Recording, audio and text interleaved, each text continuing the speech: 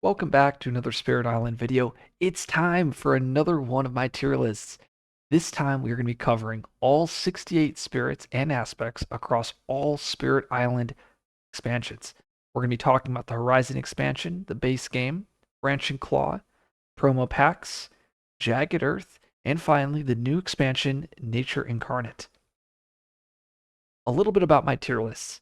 I've been doing these tier lists since 2020. Back when they first started coming out, they were monthly, and then eventually I slowed down. Life got in the way, and I couldn't keep up with putting them out every month.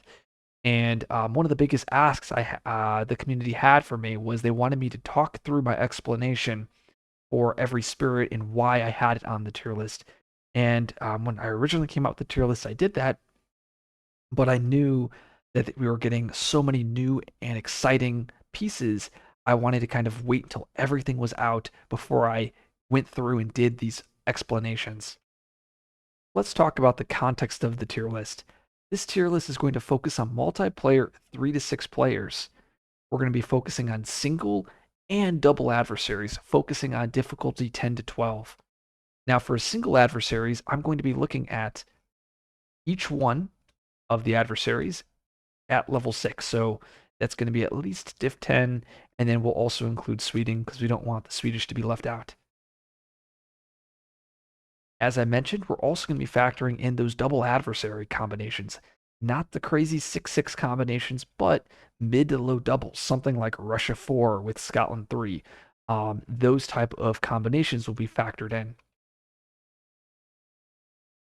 We've played over 10,000 games over the last 4 to 5 years, so I'm excited to finally share what I've learned over those games.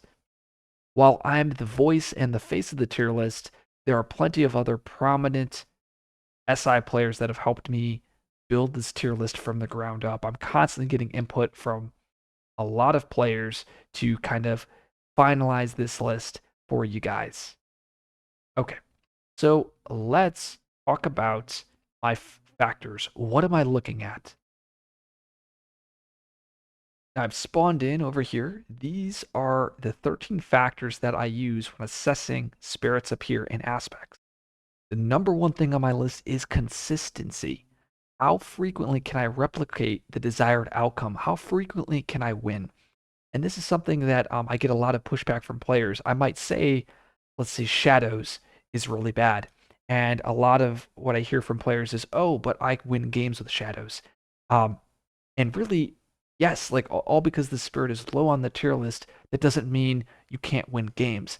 It's all about consistency. I want 100% win rate because there are plenty of spirits at the top of the tier list, looking at Stone or Many Minds, Volcano. These are spirits that can win 100% of the time, while spirits like Shadows, they can't.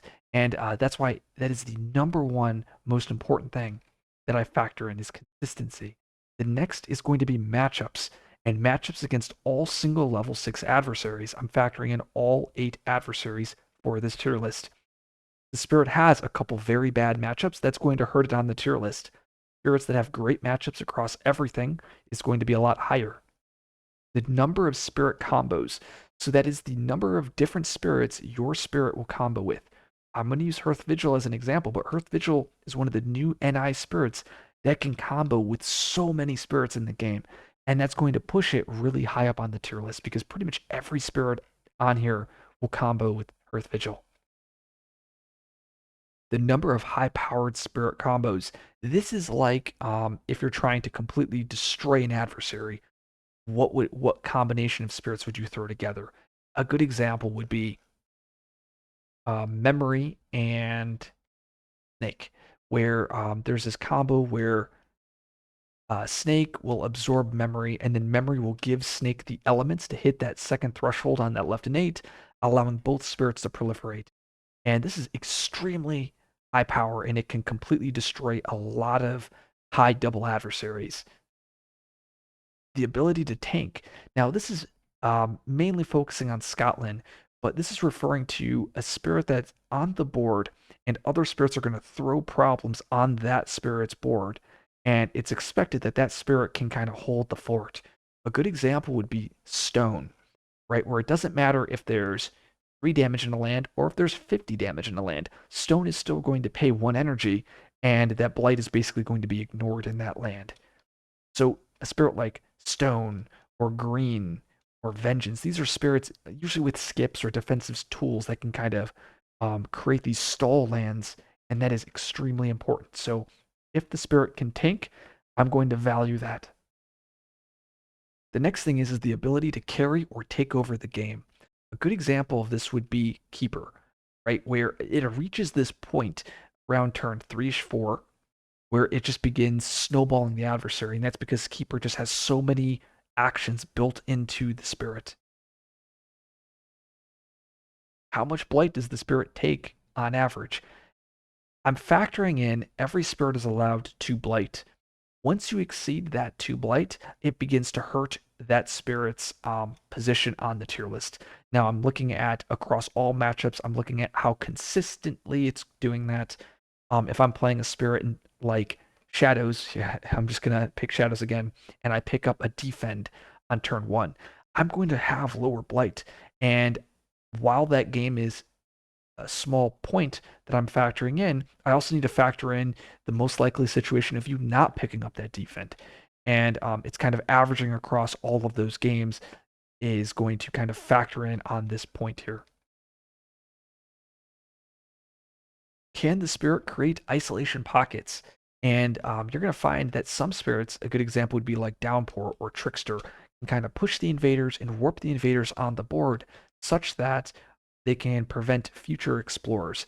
And that can be very advantageous when you combine with a spirit like Darkness or Hearth Vigil, where you can kind of create lands that aren't being explored, which kind of pushes the team further ahead. So being able to create isolation pockets is important.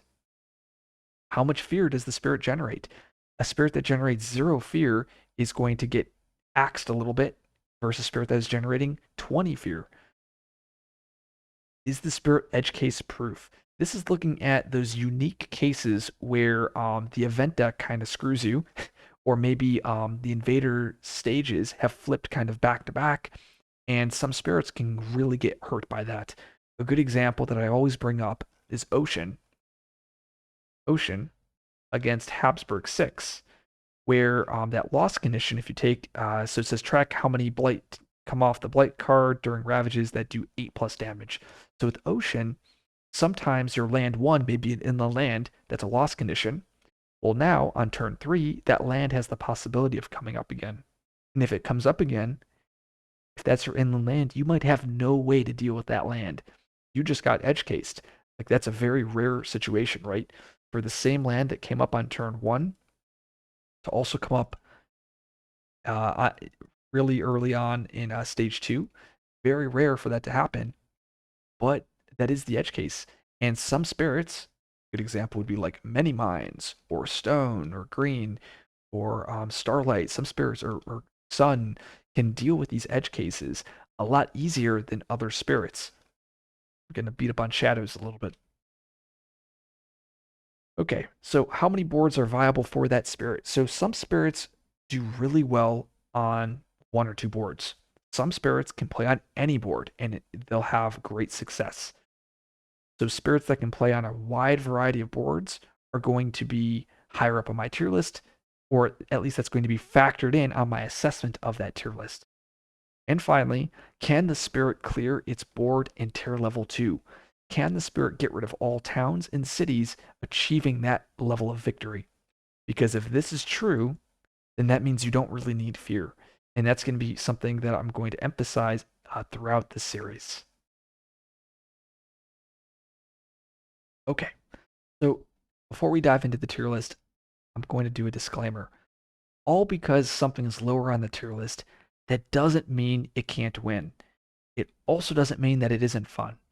The tier list is my subjective view over all of the games that I've played over the last 5 years, and it's my opinion on where things are relative to others. If you find something fun, don't let this video discourage you. In fact, use this video to be like, hey, I'm going to prove this guy wrong. Because that's what I love. I love hearing those stories where someone found a strategy that I haven't found, because that allows me to grow as a player. A good example was many minds. This is a spirit that I used to rate very low, and now it's very high on my tier list just because I didn't know how to play the spirit and I needed to do a deep dive. I needed to look at strategy guides to kind of assess the spirit better. So I use it as a learning opportunity as well. So the first tier that we're going to talk about is F tier. So friends tier. This is a name that one of my friends gave it, and their quote is, "It's a spirit that provide you a challenge while you introduce friends to the game." This tier is for spirits who have significant flaws in their game plan, which prevent them from either taking over the game and or giving out consistent support. Spirits in this tier are one-dimensional and tend to have several glaring weaknesses that must be covered over by the other spirits on the team. Playing with one of these spirits actively weakens the team, since there are plenty of other spirits that do exactly what these spirits do, but just better. Starting off with number 68 on my tier list is going to be River. More specifically, a variant Sunshine River. And I'm going to press this so that we can get all of that away here. And let's take a look. What does Sunshine River? Why is this rated by me the worst spirit in the game? Now, as you saw, one of my cards just vanished into thin air. Now, Sunshine is going to have us start with an energy, and it's going to give us another innate, and it's called Boon of Sunshine's Promise. It targets another player. It's fast. Target spirit gains energy equal to one less than the highest uncovered number on your energy track. You may also gain that much energy. Target spirit may remove one blight from one of their lands with Dahan. So you have these three thresholds. Now, biggest problem with this aspect, well, there's a lot of problems, but the biggest one is you lose one of your starting cards. This is so important because now once you're down a card, which means your reclaim cycles are going to be off, you're going to have fewer opportunities to pay for those poor events. That's going to increase the amount of edge cases that come up. Another problem is this aspect is pushing the spirit along top track, but it's still keeping that massive flooding. And you're going to want to use that massive flooding to clear out the invaders. Now, the only way to hit these high tiers of massive flooding is you need to be going down bottom track. So the aspect is pulling the spirit in two directions.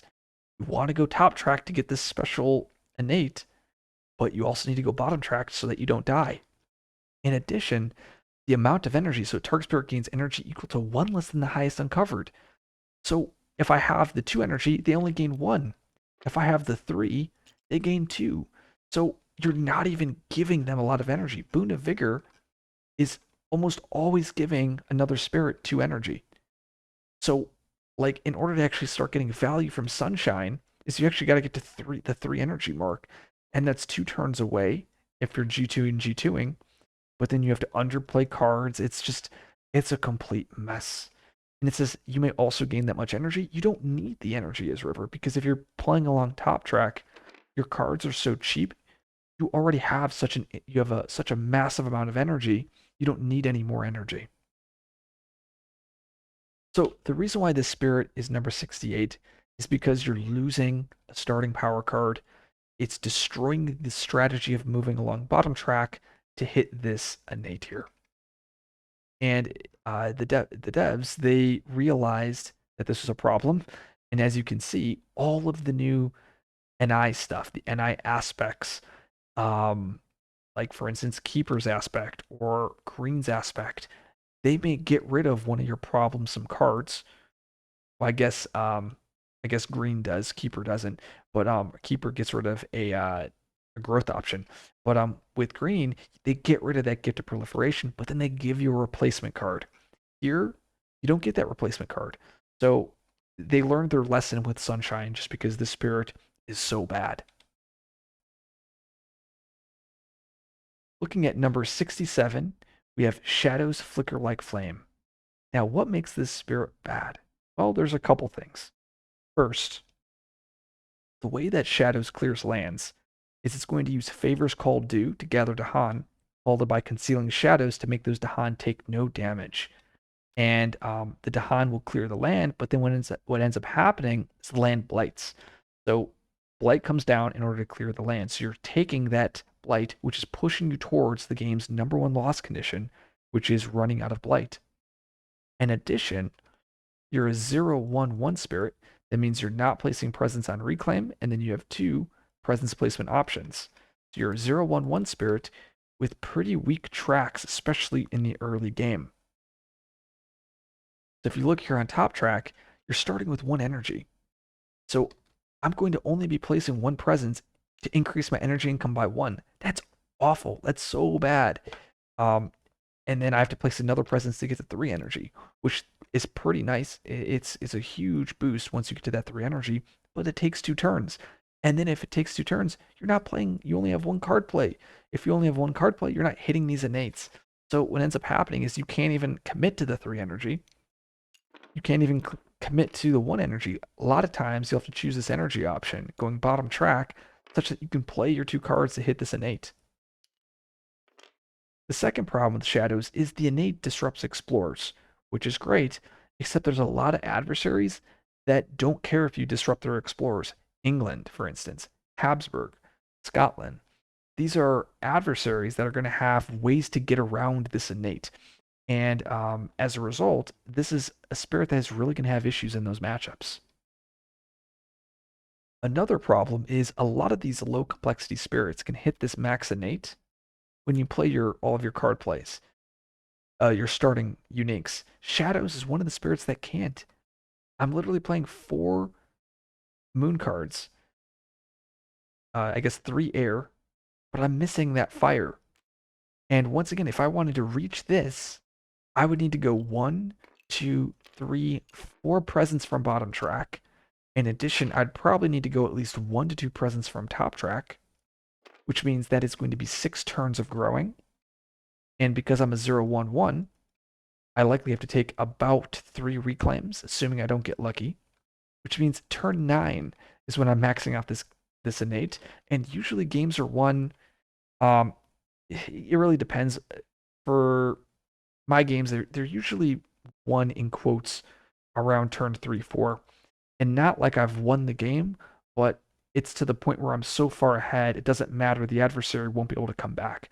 Now, of course, this isn't always the case, but usually that's when the spirits can get really far ahead. So turn 9 is just not realistic. And then actually most games are won around, I would say turn 6, 7 is when they actually get completed. So you're never going to hit this max innate. And even when you hit it, it's just so underwhelming. 3 damage, and then you get extra fear. Another problem with the spirit is the special rule. And it says, whenever you use a power, you may pay an energy to target a land with Dahan regardless of the power's range. This would be fine if you had a lot of energy, but you don't. You have one of the worst starting energies in the entire game, starting off at 0 energy. So this special rule is really tough to use with this spirit.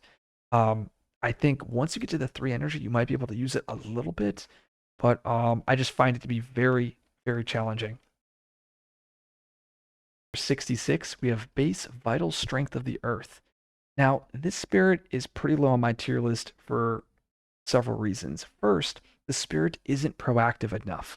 A lot of the adversaries just hit you too hard and too fast. Against France, that town limit comes up on you really quickly, and if you don't get lucky on your 1 draft, you're pretty much going to die. An adversary like England, where because you generate pretty much no fear, England is going to be dropping those bombs on you, or not bombs, those double builds, and that's going to cause England to get very far ahead, and you'll just never be able to keep up with England. With Prussia, Prussia is so fast, you only have 8 turns to win, and a lot of times you're just too slow. You're a couple actions too slow, and of course, you get lucky, you might be able to catch up. But a lot of times I find the games to be pretty close, and usually a coin flip if I'm winning or losing. Now that might be good, that might be bad, depending on how you look at it, but this is just relative to just other spirits in the game. Earth is also one of the only spirits in the game that has 3 uniques that all cost 3 energy. and your income is only going to be 3 energy in those early turns. You might say, well, actually, you can go up top track, getting that 6 energy on turn 3, but then you're only playing 1 card for several turns. And as a result, if you're not getting favorable counterattacks with your special rule, like if the invaders aren't exploring into those lands with your sacred sites, or if they aren't exploring into your lands with your Dahan, you're not going to be getting those counterattacks needed to keep the invaders at bay. A lot of times when I play base Earth, the games just end up coming down to me reclaim looping these 2 cards because I'm able to utilize this innate to repeat my draw here, and then I can use the draw to disrupt builds, followed by a rituals to do a ton of damage and generate some fear. And that's usually what my games end up turning out to be. It's not interesting, it's not fun. Spirit is just a very, very sad spirit. Actually do my little sad face here. I actually think Shadows is a more enjoyable spirit to play with than base Earth. Looking at number 65, we have Resilience. Now this is going to be an aspect that base Earth has. It's going to replace that Earth's Vitality. And I have this aspect a little bit higher. It says, in lands with your sacred site, it takes 8 additional damage to add Blight to that land. I have Resilience higher than base Earth because it plays almost identical to base Earth, except it's able to tank some adversary ravages better. A good example would be Sweden or Habsburg or Russia. These are adversaries where Resilience is going to have a little bit more game than base Earth. Looking at number 64, we have Shadows Flicker Like Flame, the Amorphous aspect. And this is going to replace your Shadows of the Dahan rule. And this is going to say, during each fast phase, you may move 1 of your presence to an adjacent land or to a land with Dahan anywhere on the island. During each slow phase, you may move 1 of your presence to an adjacent land or to a land with Dahan anywhere on the island. Amorphous is going to play just like base Shadows, except it makes that special rule essentially free. You don't have to pay the energy to get that free targeting, but you have this little bit of presence movement that you get to do, which adds a little bit more complexity. And finally, my favorite shadows, or one of my favorite shadows, is the reach aspect. And this is going to be our number 63, I believe. Yep, number 63. And this is going to say, once per turn, you may ignore range, and that could be for any of your actions. And I find reach to be better than Amorphous just because it adds a little bit more flexibility. And a lot of times, you don't need to ignore range more than once a turn. Now, this is looking at it most of the time, so you pretty much just get a infinite range, do something every turn. And I find that to be the strongest of, well, not the strongest, but the easiest to grasp, and also opens up a lot of interesting interactions when compared to base and also Amorphous. That concludes our friends tier. At the end of every video, I'll have a screenshot with tier maker of my tier list. I have my X tier, my game breaking tier, my S tier, A tier, B tier, C tier, D tier, and F tier. And F tier number 68 is Sunshine, 67 is Base Shadows, 66 is Base Earth, 65 is Earth Resilience, 64 is Amorphous Shadows, and finally 63 is Reach Shadows. The next video we'll be talking about D tier and possibly C tier.